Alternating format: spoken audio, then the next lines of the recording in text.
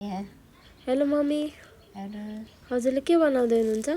मसौरा त्यो के को पिठो हो? यो भनेको बोडी मास होइन, अनि त्यसमा मसला हालेर बेसार हालेर नुन हालेर होइन, अनि त्यसपछि यो पिँडालु गाभाको पिँडालु र गाभा दुइटै मिसाएको छ यसमा। यसमा हजुर, यसलाई चाहिँ डल्ला पारेर अनि राख्ने होला होइन? यसमा डल्ला पारेर सुकाएर राख्ने, अनि पछिलाई आलु र यो पकाउने। एकदम मिठो हुन्छ है, एकदम स्विट। मास अनि बोडी अनि त्यसपछि जिरा धनियाँहरू मसला अनि नुन खुर्सानी हो कि नै? खुर्सानी होइन, बेसारहरू बेसार हालेर है मिक्स गरेको, अनि गाभा र अनि पिँडालु है, तलको पनि माथिको पनि पिँडालुको।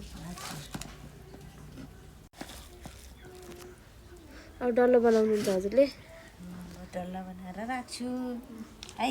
हस् फाइनली ए मम्मी, अब घाममा मजाले घाम लाग्यो भने कति दिनमा सुक्छन्? मजाले घाम लाग्ने भने 2-3 दिनमै सुक्छ। अनि यो चाहिँ असार साउनमा, मतलब यो सुकेपछि खाइहाल्न पनि मिल्छ। अनि असार साउनमा चाहिँ यो त झरी परेको बेलामा तरकारी के खाने, अन्त हरियो परियो बढी खाएर वाक्क लागेको हुन्छ नि, त्यति बेला चाहिँ यो खाना एकदम मिठो हुन्छ है, आलुसँग एकदम बब्बाल मिठो हुन्छ।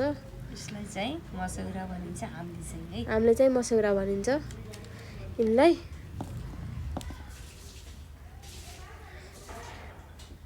ल यस्तो मजाले गराउनु भएको छ है मम्मीले।